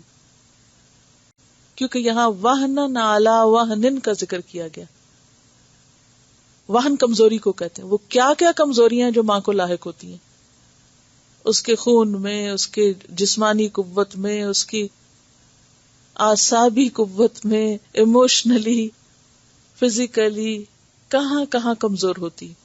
بال گرنے لگتے ہیں، ہڈیاں کمزور ہونے لگتی ہیں، تو اوور آل کمزوری. اور اس کو تاکید سے کہا گیا وہن علی وہن، ذہنی طور پر، روحانی طور پر، ایموشنلی، فزیکلی، ہر لحاظ سے ویک ہوتی ہے. ایموشنلی ویک ہو جاتی، چھوٹی چھوٹی بات محسوس کرنے لگتی، چھوٹی چھوٹی بات پہ غصہ آنے لگتا ہے، فزیکلی ویک ہو جاتی ہے. اسی طرح روحانی طور پر ایک طرح سے کمزوری ہو جاتی ہے، کیونکہ پیدائش کے بعد اتنے عرصے تک نماز روزہ نہیں کر سکتی، اور ہر بچے کی دفعہ وہ پورے اسی پروسیس سے گزرتی ہے. تو ہر پریگننسی اگلی پریگننسی میں مزید کمزوری کا اضافہ کر دیتی ہے. حملتہ امہ وہنا علی وہن وفصالہ فی عامین. اور پھر صرف پیدائش تک تھوڑی بات بنتی، دودھ چھڑانے میں 2 سال لگ گئے اس کے. فصال فصل سے، اور ہر روز کا دودھ پلانا، ہر روز کا 2 سال تک وہ اس کو مزید کمزور کرتا چلا جاتا ہے. یعنی اس کا سارا کمفرٹ، اس کا آرام اور اس کا سکون اور ہر چیز اس کی متاثر ہوتی ہے. اور فصال کا لفظ فصل سے، ہر فصل جدائی کو کہتے ہیں. وفصالہ فی عامین، عام کا تسنیہ ہے عامین. لہذا نتیجہ کیا ہے؟ انشکر لی ولوالدیک، شکر کرو میرا اور اپنے والدین کا. پہلے اللہ نے اپنا حق رکھا، اس کے بعد والدین کا حق رکھا، اور شکر کی بات پیچھے بھی گزر چکی. اور انسانوں میں سے سب سے پہلا شکر ماں باپ کا، ولوالدیک. پہلے والدین کا ذکر آیا، پھر خالی ماں کا ہے، پھر آخر میں والدین ہی کا آیا. یعنی دونوں کے شکر گزار ہونے کی ضرورت ہے، لیکن ان میں خاص طور پر ماں. جیسے کہ حدیث میں بھی آتا ہے کہ ایک شخص آیا اور اس نے پوچھا کہ میرے حسن سلوک کا سب سے زیادہ مستحق کون ہے؟ تو آپ نے فرمایا امک. اس نے پھر سوال دہرایا تو آپ نے جواب میں یہی فرمایا امک. اس نے پھر سوال دہرایا تو آپ نے جواب میں تیسری بار بھی ماں ہی کا نام لیا. جب چوتھی بار اس نے سوال دہرایا تو آپ نے پھر باپ کا ذکر کیا، کیونکہ ماں کی قربانیاں بچے کی تخلیق میں، پیدائش میں، دودھ چھڑانے میں اور بیسک اپ برنگنگ میں زیادہ ہیں باپ کی نسبت، اس لیے حق بھی زیادہ دلایا گیا. اب آپ دیکھیے کہ والدین کا شکر کیسے ادا کریں گے. اب اس کی عملی مثال لائیے، کیونکہ شکر کا معنی تو پڑھ چکے ہیں نا. ابھی ہم جو نعمتوں کا ذکر کر رہے تھے کہ کسی ایک نعمت کا ذکر کریں تو عام طور پر ہم نے اولاد وغیرہ کا ذکر کیا، مال اولاد کا، لیکن ماں باپ کا ذکر نہیں کیا. اس سے بھی ہم اندازہ لگا سکتے ہیں کہ ہمیں جس کا سب سے زیادہ شکر ادا کرنا چاہیے اس کا دھیان بھی نہیں جاتا ادھر. ابھی ہم پوچھ رہے تھے نا، تو ہمارا دھیان کہاں کہاں جا رہا تھا، یا اپنی ذات کے اندر، یا اپنے بچوں کے اندر، یا اپنے اور نعمتوں کے اندر. ماں باپ کے بارے میں تو شاید کسی نے بھی نہیں سوچا ہوگا، جبکہ اللہ تعالیٰ اپنے بعد پہلا حق والدین کا بتاتے ہیں کہ ماں باپ کا شکر کرو. کیسے کرو، کیا کیا کرنا ہوگا. اب پھر تینوں چیزیں ذہن میں لائیے، دل سے، زبان سے اور عمل سے. ٹھیک ہے، پھنس گئے پورے. ہاں، اور پھر یہ کہ ان کی جواباً خدمت یا جو ان کے ساتھ احسان کا معاملہ ہو سکتا ہے. ماں باپ نے ہم پر کیا کیا احسانات کیے اس کے بارے میں سوچئے دل سے، اور ماں باپ کے سامنے زبان سے اظہار کیجئے. بول سکتے نہیں، فوت ہو گئے تو یہ تو الگ بات ہے، لیکن جن کے زندہ ہیں اگر والدین فوت ہو چکے ہیں تو ہم ان کا ذکر خیر کسی اور کے سامنے بھی کر سکتے ہیں نا. زبان سے چرچا کرنا، نعمت کا چرچا جو ہے بول کر، یہ بھی شکر گزاری میں آتا ہے نا. بھلے ان کے سامنے کریں یا ان کے پیچھے کریں. جی ان کے لیے دعائیں خیر کرنا یہ بھی زبان سے ہے. اور پھر جوارح جو ہے عمل سے، کہ اگر پاس ہے آپ تو ان کے لیے کچھ کریں عمل سے، اپنے ہاتھ پاؤں سے. اور اگر پاس نہیں ہے تو ایسے کام کریں کہ جو ان کو فائدہ پہنچائیں، اچھے اخلاق کا مظاہرہ کر کے. کیونکہ بچے جو ہیں وہ ماں باپ کا نمونہ ہوتے ہیں یا ان کے ریپرزینٹیٹیو ہوتے ہیں، ان کے میسنجرز ہوتے ہیں. اگر وہ اچھا کریں گے تو کس کا نام روشن کریں گے؟ ماں باپ کو. اور اگر وہ برا کریں گے تو وہ کیا کریں گے؟ ماں باپ کو ہی بدنام کریں گے. کہتے ہیں قیامت کے دن بھی کچھ لوگ آئیں گے، کہا جائے گا ان کی نیکیاں ان کی اولاد کھا گئی. کہ بعض اوقات اولاد کی خرابیاں ماں باپ کے لیے دنیا اور آخرت دونوں میں رسوائی کا سبب بن جاتی ہیں. تو عملی طور پر چاہے آپ ان کے سامنے ان کو کچھ کر کے دے رہے ہیں، ان کو کچھ پکا کے رکھ رہے ہیں، کچھ دھو کے دے رہے ہیں، کوئی اور ان کا کام کر رہے ہیں، اگر کسی کو یہ سعادت مل گئی تو بہت اچھے. اور اگر کسی وجہ سے، اور خصوصاً خواتین کے لیے تو ساری زندگی ماں باپ کے ساتھ رہنا مشکل ہوتا ہے، تو ایسی صورت میں وہ کام کریں کہ جو دنیا میں ان کا نام روشن کرے اور مرنے کے بعد ان کے لیے صدقہ جاریہ بنے. یہ ہے جوارح کے ساتھ شکر ادا کرنا. اور اگر ہم بالکل ان کے الٹ جا رہے ہیں تو پھر کیا ہے؟ یا ان کو اذیت دینے والے کام کر رہے ہیں، چاہے وہ دور بیٹھے ہوں یا نزدیک ہوں، یا ان کی آخرت برباد کرنے میں تلے ہوئے، تو یہ کیا ہے؟ یہ ناشکراپن ہوگا. تو شکر گزاری میں جن کے ماں باپ دور ہیں وہ ان کو اسپیشل کال کریں، بلکہ ہفتے کا ایک دن رکھ لیا کریں، کچھ کریں، بھلے آپ کو ڈانٹیں ڈپٹیں کچھ بھی کریں. کیونکہ بعض لوگ اس لیے نہیں کرتے کہ وہ کہیں گے کہ ڈانٹ پڑے گی، کہ ابھی تک کہاں تھے، بھولے ہوئے تھے تم، اب تمہیں کہاں سے خیال آ گیا، یا ہم کہاں سے یاد آ گئے، یا کوئی بھی وجہ ہو سکتی. تو اس میں کیا کریں؟ ان سے بات کیا کریں. کیونکہ الکلمۃ الطیبۃ صدقہ، بہترین بات بھی جو کیا ہے؟ صدقہ ہے. زبان سے شکر گزاری جو ہے اس میں بول کر شکریہ کہنا بھی شامل ہے. ٹھیک ہے، بول کر شکریہ کہنا. اور ہم ساری دنیا کا جزاک اللہ اور شکریہ کرتے ہیں، لیکن ماں باپ کو کہتے ہوئے گھبراتے ہیں. کیوں؟ اصل میں ہم نے اتنی نافرمانیاں، اتنا ستایا ہوتا ہے ان کو کہ پھر ڈر لگتا ہے یہ کہتے ہوئے بھی کہ وہ ایکسپٹ کریں گے. اگر ہم بولیں گے کہ آپ کا شکریہ تو مانیں گے وہ اس بات کو؟ شاید ان کو یقین ہی نہ ہے کہ یہ ہم ہیں. یعنی ہم اپنے آپ سے خود ہی شرمندہ ہوتے ہیں، اس لیے وہ پھر ساری زندگی انا کا شکار رہتے ہیں اور اس انا کو توڑتے نہیں. تو اس انا کو توڑ کر بول کر بھی شکریہ کہیں. اب یہ جو ہے کہ اس بات کا خیال کرنا، یہ بات یاد رکھنا کہ ماں باپ نے ہمیں کچھ سکھایا ہے یا انہوں نے ہمارے ساتھ کوئی احسان کیا ہے، کہ یہ بھی اسی میں شامل ہو جاتا ہے نا. اور جتنی اللہ تعالیٰ نے اس حکم کی تاکید کی، ہم اس میں بھی اتنے ہی قصوروار ہوتے ہیں. کہ اصل میں شیطان جو ہمارا دشمن ہے وہ ہمیں اہم کام بھلواتا رہتا ہے. یاد رکھیے، اہم کام، جو ٹاپ کے کام ہے، جو تھوڑے سے بھی کر لیں گے تو اجر بہت زیادہ مل جائے گا، ان کو تو ہم ایک طرف رکھے رکھتے ہیں، اچھا پھر کر لیں گے. جیسے آپ سے پوچھا گیا بہترین کام کیا، افضل ترین کام، تو آپ نے کہا نماز اپنے وقت پہ. تو ہم وہ کہتے ہیں اچھا وہ ابھی ہے بہت، اتنا ٹائم ہے آج کل تو، سمر 4 گھنٹے پڑھے ہیں ابھی تو پڑھ لیں گے. تو اس کو ایک طرف کرا دیتا ہے. اسی طرح والدین کی شکر گزاری تھوڑی سی بھی آپ کریں گے تو اس پہ بہت بڑا اجر پائیں گے، تو وہ ہمیں اس کو پوسٹ پون کراتا رہتا ہے. لوگوں نے اس کے کچھ آلٹرنیٹ بھی ڈھونڈ رکھے ہیں. مدرس ڈے منا لو یا فادرز ڈے منا لو اور سارا سال جان چھڑا لو، ایک دفعہ نام لگا لو اور باقی دن آرام فرماؤ. تو یہ شکر ادا کرنے کا طریقہ نہیں. اب میں بچیوں سے پوچھوں گی کہ وہ کیا کہتی ہیں کہ کیا کریں گی. وہ مثلاً زبان سے کیسے شکر ادا کریں گی؟ تعریف کرنا ان کے کسی کام کی، ان کو بول کے کہنا.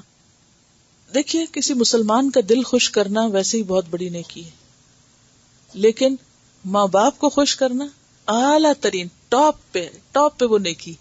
اور شکر کریں وہ جن کے ماں باپ ابھی زندہ ہیں، یا ان میں سے کوئی ایک زندہ، کہ ابھی بھی موقع ہے کہ ہم یہ نیکی کما لیں. کیونکہ اگر وہ چلے گئے تو پھر تو ہاتھ ہی ملتے رہیں گے، موقع نکل جائے گا. انشکر لی ولوالدیک الی المصیر، میری ہی طرف واپس آنا ہے. یعنی اگر ناشکرا پن کیا تو کہاں جاؤ گے؟ واپسی تو میری طرف ہے.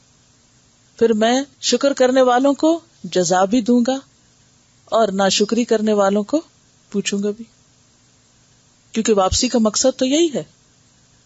وَمَن يَشْكُرْ فَإِنَّمَا يَشْكُرُ لِنَفْسِهِ. تو بیسیکلی اس آیت میں اللہ تعالیٰ نے وہ اسباب بتا دیے ہیں، وہ وجوہات بتا دی ہیں کہ جو انسان کے لیے مددگار ہیں ماں باپ کا شکر ادا کرنے میں، کہ دیکھو ماں نے کیسے کیسے دکھ اٹھائے، اب بھی شکر نہیں کرو گے. کیونکہ عام طور پر یہ ہوتا ہے نا کہ مائیں محبت بھی بہت کرتی ہیں، لیکن ان کی محبت کا انداز پوری دنیا سے مختلف ہوتا ہے. اس محبت میں ایک ڈانٹ اور ایک سختی اور ایک، تو وہ ہمیں اچھی نہیں لگتی. دوسرے لوگ تو صرف تعریف کرتے ہیں، جبکہ مائیں صرف تعریف کر نہیں سکتی. انہیں چونکہ ایک سچی خیرخواہی ہوتی ہے، وہ تعریف کے ساتھ ساتھ سرجری بھی کرتی رہتی ہیں اور کہیں نہ کہیں سے پکڑتی بھی رہتی ہیں. لہذا وہ پھر ہمارے لیے بعض اوقات بہت افینڈنگ ہو جاتا ہے اور ہم اس کو بہت محسوس کرنے لگتے ہیں، اور ہم پھر بعض اوقات ماں باپ سے چڑ بھی جاتے ہیں. تو یہ ساری چیزیں جو ہیں یہ رکاوٹ بن جاتی ہیں شکر گزار ہونے میں. تو پھر اللہ کا حکم ہم نہیں مان سکتے. بہت سے لوگ کہتے ہیں نا ہمارے ماں باپ نے ہمارے ساتھ یہ بھی کیا، یہ بھی اتنی خرابیاں ہمارے ساتھ کی ہیں، اور وہ تو ہمیں دین سے بھی روکتے ہیں اور پتہ نہیں کیا کیا لسٹ بنا کے لے آتے ہیں. جب بھی کسی کو کہو نا کہ ماں باپ کے شکر گزار ہو، اگر اولاد میں پریشانی ہے کہیں بھی تو ماں باپ کے شکر گزار ہو، اللہ اولاد کی پریشانی بھی دور کر دے گا. تو وہ کہتے ہیں کہ دل نہیں مانتا نا، کیونکہ انہوں نے ہم پہ بڑی زیادتیاں کی ہیں. واقعی کرتے ہیں بعض اوقات، کیونکہ بھی انسان ہے نا، کمزور ہیں، کر جاتے ہیں وہ بھی. یہ اللہ تعالیٰ نے یہ نہیں کہا کہ والدین کا شکر کرو کیونکہ وہ فرشتے ہیں اور انہوں نے آج تک تمہارے ساتھ کوئی زیادتی نہیں کی. یہ نہیں ہے.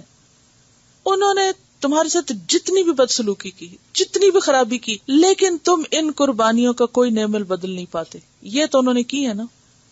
وہ وجہ بتائی کہ جس سے کوئی بھی فرار نہیں حاصل کر سکتا. کوئی بھی نہیں کہہ سکتا کہ نہیں میری ماں نے تو نہیں مجھے جنم دیا. بعضوں کے ماں باپ ڈانٹتے نا تو اکثر بچوں کو میں نے یہ تک کہتے سنا ہے کہ وہ سوچتے ہیں کہ ہمیں شک ہے کہ پتہ نہیں ہمارے اصلی ماں باپ بھی ہیں یا نہیں، لگتا ہے ہم اڈاپٹڈ چائلڈ ہیں. یعنی شیطان یہ تک بدگمانی ڈالتا ہے کہ دیکھو یہ انہوں نے کہیں سے اٹھایا تمہیں، انہوں نے نہیں جنم دیا. بعضوں کا دوسرے بھی اس آگ کو بھڑکاتے ہیں. یہ بہت ایک کامن فیکٹر ہے. شیطان ہمیں ان چیزوں سے بھی بدگمان کر دیتا ہے کہ جن کا کوئی ڈینائی نہیں کر سکتا، کیونکہ ہماری بینگ یا ہمارا وجود جو ہے یہ ممکن ہی نہیں تھا جب تک ہماری ماں قربانی نہ کرتی. اس نے قربانی کی تو ہم دنیا میں آئے، بھلے اس نے سارے کام خراب کیے تمہارے، لیکن یہ جو تمہارے پہ احسان کیا نا، صرف اس ایک واحد ریزن کو لے لو اور ان کے شکر گزار ہو جاؤ. اس پہ تو کوئی آرگیو نہیں کر سکتا کہ یہ بھی میں نہیں مانتا. سارے احسان بھلا دو تم ان کے، اس احسان کو تم نہیں ڈینائی کر سکتے. اور پھر یہاں پر آپ دیکھیں کہ نبی صلی اللہ علیہ وسلم نے مسلمان والدین اور اس کے علاوہ نان مسلم بھی ہو والدین تو بھی احسان کرنے کا حکم دیا. حضرت اسما کی والدہ جو تھی وہ مشرک تھی، مدینہ میں آئیں، انہوں نے کچھ مدد چاہی اپنی بیٹی سے، تو کہنے لگی آپ رکے، میں ذرا آپ صلی اللہ علیہ وسلم سے جا کے پوچھتی ہوں. تو وہ آئی آپ کے پاس، کہنے لگی میری والدہ ہیں، مسلمان نہیں ہیں، مشرک ہیں، اور وہ مجھ سے کچھ مدد چاہتی ہیں، تو کیا میں ان کی مدد کروں؟ تو آپ نے فرمایا سلی امکی، اپنی ماں کی صلہ رحمی کرو، ان کی مدد کرو. اب اگر ایک مشرک بھی ماں ہے تو بھی اس کا حق ہے. کہا یہ کہ پھر ماں باپ صرف ماں باپ نہ ہو بلکہ ان کا احسان ہم پر ہماری جسمانی تربیت کے علاوہ روحانی تربیت کا بھی ہو. جسمانی تربیت تو ہر ماں باپ کرتے ہیں، لیکن اگر کسی کے ماں باپ نے اس پر دوہرا احسان کیا ہو تو اس کی شکر گزاری اور بھی زیادہ ضروری ہوتی ہے. وَإِن جَاهَدَاكَ، لیکن اس حق کے باوجود اگر وہ دونوں تیرے ساتھ کوشش کریں، عَلَىٰ أَن تُشْرِكَ بِي، کہ تو میرے ساتھ کسی اور کو شریک ٹھہرائے، یعنی شرک کا سبق دیں، مَا لَيْسَ لَكَ بِهِ علم، جس کی تمہارے پاس کوئی دلیل نہیں. علم یہاں بمعنی دلیل ہے، جیسے پیچھے سلطان کا لفظ آیا. فَلَا تُطِعْهُمَا، تو ان کی اطاعت نہ کرو. حضرت سعد کہتے ہیں کہ یہ آیت میرے بارے میں نازل ہوئی کیونکہ ان کی والدہ نے قسم کھا لی تھی نا، نہ کھاؤں گی، نہ پیوں گی، نہ چھاؤں میں بیٹھوں گی جب تک سعد اسلام نہ چھوڑ دیں. سعد بن ابی وقاص جو ان 10 لوگوں میں سے جن کو جنت کی بشارت دنیا میں دی گئی. تو انہوں نے اتنی سخت شرط لگا دی کہ تم اپنے دین پہ واپس آؤ. تو فرمایا کہ نہیں، اگر وہ تمہیں کہیں کہ تم میرے ساتھ شرک کرو تو ان کی بات نہیں ماننا.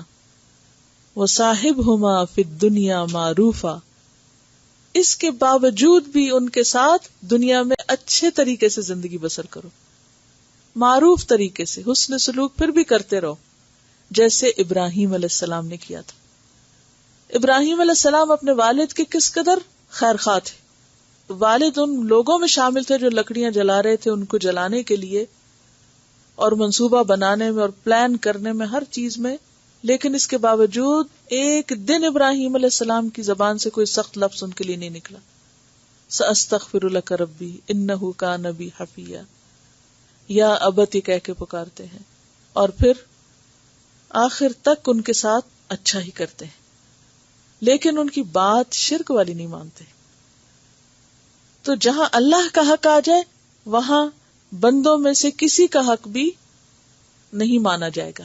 اگر کوئی شخص ایسے موقع پر اللہ کی بات چھوڑ کر والدین کی ماننے لگتا ہے تو پھر یہ شرک ہو جاتا ہے. نہیں، والدین کی یہاں نہیں ماننی، لیکن حسن سلوک کرتے رہنا ہے، اچھا سلوک کرتے رہنا ہے. کیوں؟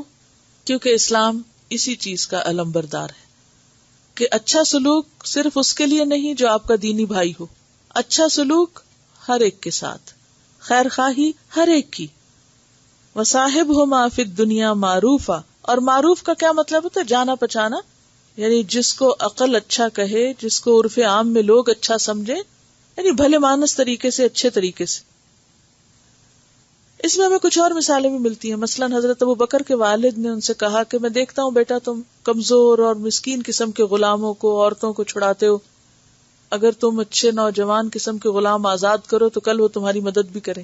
تو انہوں نے کیا کہا تھا کہ میں تو یہ صرف اللہ سے ثواب کے طلب میں ان غلاموں کو آزاد کرتا ہوں، کیونکہ وہ جس کو حضرت بلال کو انہوں نے آزاد کیا، اسی طرح اور جس کے بارے میں دیکھتے کہ وہ مسلمان ہوا اور بہت اذیتوں میں ہے تو وہ ان کو چھڑاتے جا کے.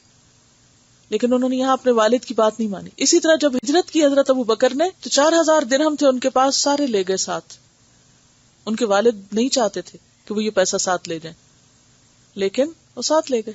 انہوں نے وہاں یہ بات نہیں مانی کیونکہ اللہ کے رسول صلی اللہ علیہ وسلم پر اور دین کے کام میں خرچ کرنے کے لیے ان کو پیسے چاہیے تھے. تو ایسے مواقع پر جہاں والدین دین پر عمل کرنے سے روکے تو پھر والدین کی بات بھی نہیں مانی جائے گی. واتبع، اور پیروی کرو، سبیلا، راستے کی، من اناب الیہ، جو میری طرف رجوع کرے. مراد اس سے نبی صلی اللہ علیہ وسلم ہے، یعنی والدین کی بات چھوڑ کے پیغمبر کی بات مانو، کیونکہ پیغمبر بلا رہے تھے اللہ کی طرف اور والدین بلا رہے تھے شرک کی طرف. جیسے حضرت سعد بن ابی وقاص ہیں، مصعب بن عمیر ہیں، ایک ایک شخص کی یہی داستان تھی. تو اس پر کہا کہ نہیں، راستہ تو اللہ ہی کا اختیار کرنا ہے. اور پھر نبی صلی اللہ علیہ وسلم کے بعد صحابہ کرام اور باقی اہل ایمان جو بھی اللہ کی طرف رجوع کرتا ہو اس کے راستے پر چلو. ٹھیک ہے. واتبع سبیل من اناب الیہ. دیکھیے اللہ کا راستہ جو ہے نا، کبھی اس کو سبیل اللہ کہا گیا اور کبھی کیا کہا گیا؟ صراط الذین انعمت علیہم غیر المغضوب علیہم ولا الضالین.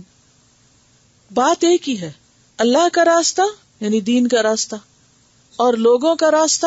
کن لوگوں کا؟ صراط الذین انعمت علیہم. تو یہ کیا ہے؟ صالحین اور پیغمبروں اور نیک لوگوں کے راستے پر. کیونکہ اللہ تعالیٰ نے سیدھے راستے کی ڈیفینیشن کیا بتائی ہے کہ جس پر وہ لوگ چلتے ہوں جن پر اللہ نے انعام کیا، من النبیین والصدیقین والشہداء والصالحین. اب اگر کوئی شخص یہ کہے کہ میں اللہ کے راستے پہ چل رہا ہوں اور کبھی اپنی بات میں یہ کہہ دے کہ میں ابو بکر کے راستے پر ہوں، تو کیا یہ شرک ہوگا؟ ایز لانگ ایز کہ ابو بکر بھی کس کی طرف بلا رہے ہیں؟ اللہ کی طرف. کیونکہ قرآن کہتا ہے نا صراط الذین انعمت علیہم. ٹھیک ہے، یہ کہنا کہ ہم اس کے دین پر نہیں، دین تو اللہ ہی کا ہے سب کا، لیکن اس کے طریقے پر ہے، یعنی اس کے ساتھ ہے. ایسا کہنے میں کوئی حرج نہیں ہے، ایز لانگ ایز کہ وہ دلیل کے ساتھ اللہ کی طرف بلا رہا ہے. تو اصل چیز وہی ہے. تو یہاں بھی کیا کہا گیا؟ واتبع سبیل من اناب الیہ. جو شخص میری طرف رجوع کرتا ہو تم اس کے راستے کی پیروی کرو، اسی کے راستے پہ اس کے ساتھ چلو. جہاں اللہ کا حکم آئے تو پھر خلاف نہیں ہوگا، کیونکہ وہ والدین کی اطاعت کا حکم بھی اللہ نے دیا، اور جہاں کہا والدین کی یہ بات نہیں مانو تو وہ ان کا حق ہی نہیں ہے. احترام میں کمی اس وقت ہوتی ہے جب آپ کیا کرتے ہیں، کسی کا حق نہیں اس کو دیتے. تو اللہ نے والدین کو یہ حق دیا ہی نہیں کہ وہ اللہ کے مقابل آئیں، لہذا اس میں والدین کے احترام میں کمی نہیں ہوگی یا ان کا حق مارا نہیں جائے گا. ٹھیک ہے. آباء و اجداد کی اندھی تقلید اگر وہ شرک پر ہے، کفر پر ہے، بدعت پر ہے، وہ منع ہے. لیکن اگر ماں باپ صراط الذین انعمت علیہم میں ہیں تو پھر ان کے راستے پہ چلنا یہ شرک نہیں ہوتا. بعض لوگ اس کو کنفیوز کرتے ہیں. اگر ماں باپ بھی اللہ کی طرف رجوع کرنے والے ہیں اور کوئی کہے کہ میں اپنے ماں باپ کے طریقے پر ہوں تو اس میں کوئی حرج نہیں ہے. ٹھیک ہے. وَاتَّبِعْ سَبِيلَ مَنْ أَنَابَ إِلَيَّ، جو بھی اللہ کی طرف لوگوں کو بلائے گا اس کا ساتھ دینا اور اس کے طریقے پر چلنا، یہ کس میں آئے گا؟ اسی طرف، کیونکہ منزل ایک ہے. اچھا، انابا کا مطلب کیا ہے؟ نوب سے مطلب اس کا کیا ہے؟ پلٹنا، رجوع کرنا. منیب بھی اسی سے ہے. وَأَنِيبُوا إِلَىٰ رَبِّكُمْ، توبہ اور اخلاص کے ساتھ اللہ کی طرف پلٹنا. یعنی جو شخص اخلاص کے ساتھ اور محبت کے ساتھ اللہ کی طرف چل رہا ہے اور بلا رہا ہے تو اس کی بات ماننا غلط نہیں.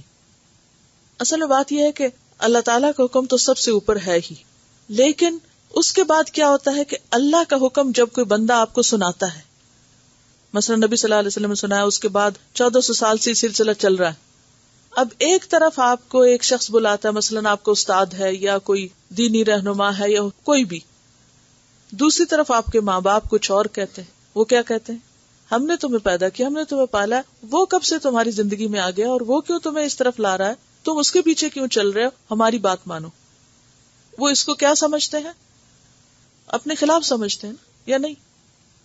اب آپ دیکھیے مکہ کی سوسائٹی کو سامنے رکھیے. ایک طرف کون تھا؟ ماں باپ تھے اور ایک طرف نبی صلی اللہ علیہ وسلم تھے. ٹھیک ہے. اب ماں باپ اپنا حق بتاتے تھے، ناراض ہوتے تھے، ہم کھائیں گے نہیں، پیئیں گے نہیں، یہ نہیں کریں گے، وہ نہیں کریں گے، تم محمد صلی اللہ علیہ وسلم کی بات ماننا چھوڑ دو. تو اس وقت کیا کہا؟ نہیں، یہاں ماں باپ کی نہیں، محمد صلی اللہ علیہ وسلم کی مانو. محمد صلی اللہ علیہ وسلم کے بعد جہاں بھی کوئی اور اسی وراثت کی پیروی کرتے ہوئے لوگوں کو دین کی طرف بلائے گا تو یہ کنفلکٹ ہوگا یا نہیں؟ ماں باپ کہتے ہیں یہ نہ کرو، استاد کہتا ہے یہ کرو، اب کیا کریں گے؟ اب آپ بیچ میں کھڑے ہوتے ہیں، اس کا حق ہے یا اس کا حق؟ نہ اس کا نہ اس کا، حق اللہ کا ہے بیسیکلی.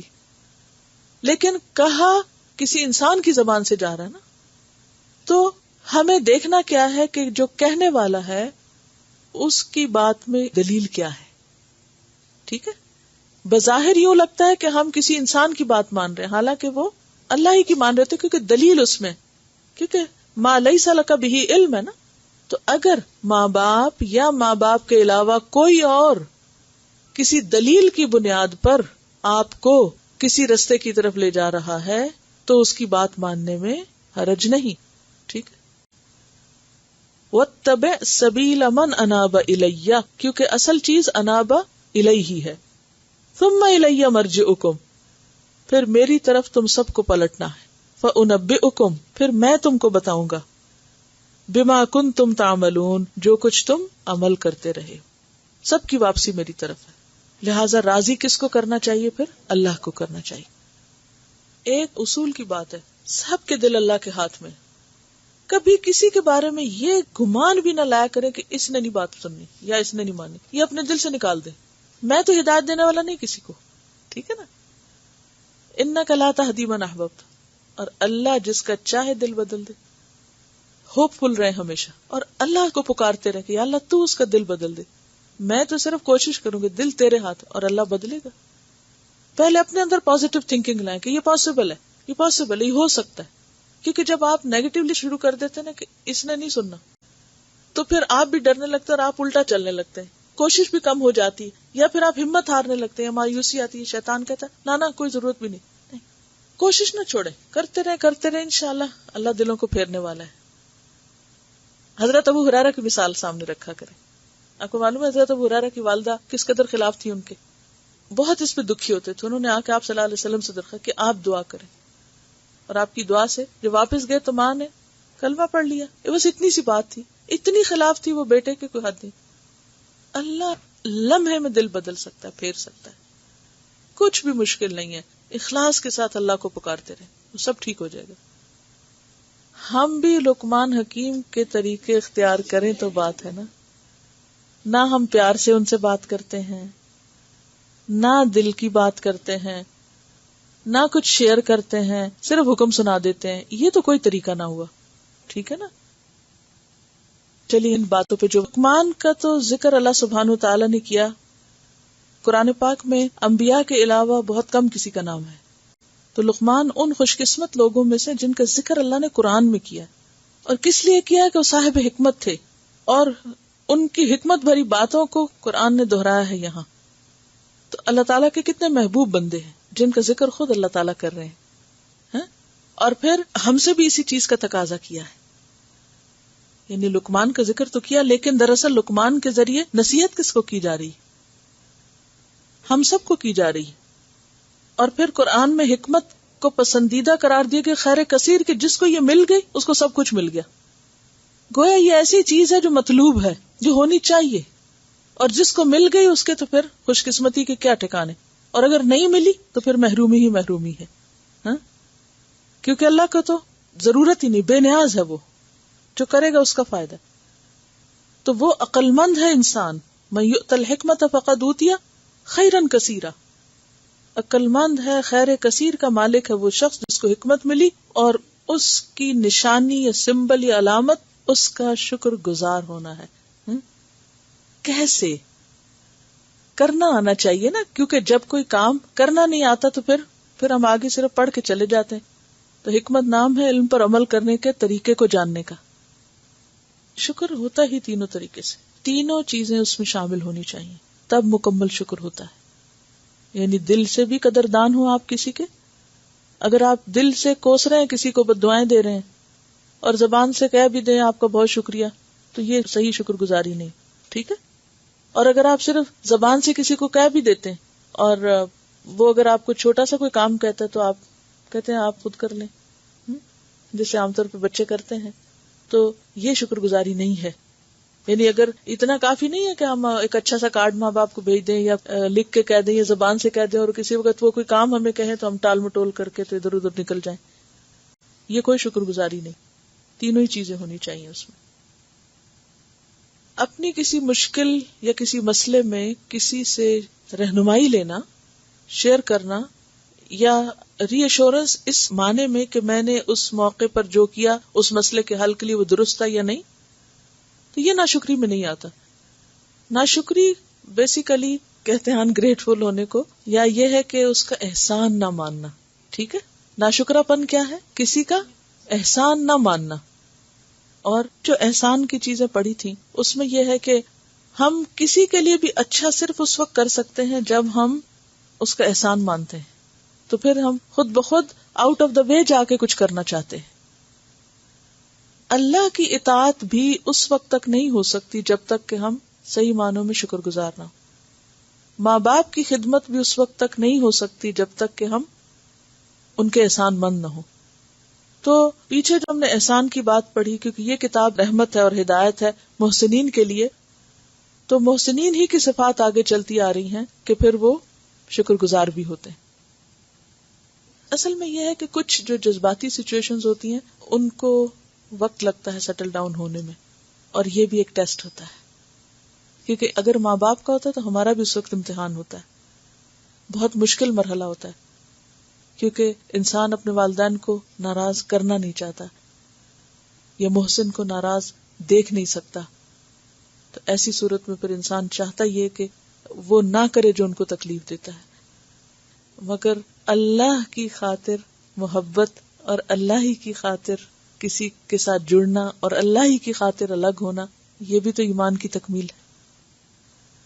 جی ہاں، پریکٹیکلی ایسی سچویشنز بہت نازک ہوتی ہیں، اور ان کو کرنا بھی بہت احتیاط کا تقاضا مانگتا ہے کہ انسان ان چیزوں کو چھوڑے بھی، مگر اس طریقے سے کہ وہ جو بال جیسا باریک فرق ہے نا اس کو مد نظر رکھتے ہوئے احسن طریقے سے الگ ہو. یعنی اگر نہیں ماننا تو بھی گستاخی کا انداز نہ ہو. وہ اللہ سے پھر دعا کرنی چاہیے کہ اللہ ان کے دل ٹھیک کر دے. ہاں جی. ان کی طرف سے صدقہ خیرات، ان کے لیے دعائیں. سب سے بہترین اور آسان چیز دعا ہے کہ جس پہ آپ کو کچھ بھی نہیں لگتا، آپ کسی بھی لمحے کر سکتے ہیں. اور اس کے علاوہ پھر جو بھی اچھے کام آپ کریں گے تو انشاءاللہ آپ کے والدین کو بھی اس کا فائدہ پہنچے گا. نیک اولاد جو ہے ماں باپ کے لیے صدقہ جاری ہوتی ہے. انہوں نے لکھا ہے کہ کسی بچی کا سوال ہے کہ جب ہم قرآن پاک پڑھ رہے ہوتے ہیں تو والدین یہ کہتے ہیں کہ کوئی فائدہ نہیں تمہارے قرآن پڑھنے کا کیونکہ تمہارے عمل میں ظاہر نہیں ہو رہا، تو ایسی صورت میں پیرنٹس جو ہیں وہ ڈسکریج کر دیتے ہیں، تو پھر کیا کرنا چاہیے؟ وہ جو چاہتے ہیں کہ عمل صحیح کرے تو آپ عمل کر لیں. اور دوسری بات یہ ہے کہ اب تو میرے خیال ہے آپ اس سٹیج پر آ گئے ہیں کہ جہاں والدین کے لیے نہیں بہت سے کام اب اللہ ہی کے لیے ہونے ہیں. تو جب اللہ کے لیے انسان کوئی کام کرتا ہے تو بھلے ساری دنیا مل کے ڈسکریج کرے، ڈسکریج نہیں ہونا چاہیے کیونکہ وہ قدردان موجود ہے. ٹھیک ہے. آن گوئنگ جہاد ہے نفس کے ساتھ، آن گوئنگ جہاد. شیطان جو ہے وہ اسی پہ لگا ہوا ہے کہ انسان سے اس کے عمل برباد کروائے، اور جو ہی خیال ہے فوراً جھٹکے، پھر اعوذ باللہ پڑھیں اور پھر فوراً اللہ کی طرف پلٹیں. کیونکہ یہ انابا الیہ کا مطلب کیا ہے کہ جو بار بار میری طرف پلٹے. ٹھیک ہے. تو یہ پلٹنا تو ساری زندگی رہے گا. اوکے. سبحانک اللہم و بحمدک نشہد ان لا الہ الا انت نستغفرک و نتوب الیک.